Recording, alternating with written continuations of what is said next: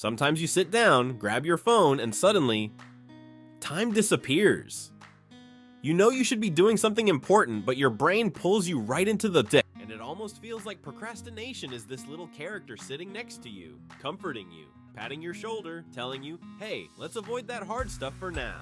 Your brain isn't trying to sabotage you. It's actually wired to avoid anything that feels stressful, unclear, or too demanding. When it senses discomfort, it pulls you away from the task. That's why big tasks feel impossible. When something feels overwhelming, your brain sees it as a threat. It doesn't matter if the task is important. Your brain is just trying to protect you from that uncomfortable feeling. So instead of starting, you run to whatever feels easier. Scrolling, snacking, checking random things. They're quick dopamine hits. They make your brain feel safe, comfortable, and procrastination knows exactly what to offer you. A phone, a distraction, a tiny moment of relief. It feels good in the moment, even though it steals your long-term progress. But here's the trick. The moment you break a huge task into tiny, simple steps, your brain calms down. Suddenly, the mountain becomes a little pile of pebbles you can actually move.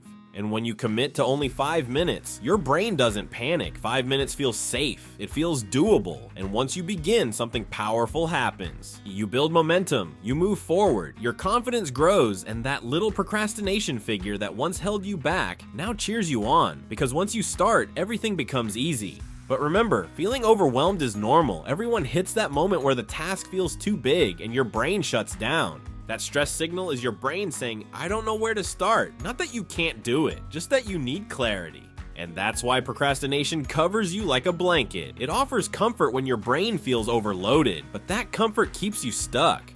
When you write your tasks down and break them into small, tiny actions, you're giving your brain a clear path. You're showing it where to begin. Even checking off one tiny task releases enough dopamine to keep you moving. One check mark is all it takes to start the chain. And as you keep going, your progress grows. Slowly, steadily, your brain feels safer, more in control, more capable. And procrastination, it doesn't disappear. It just gets confused because now you're taking control.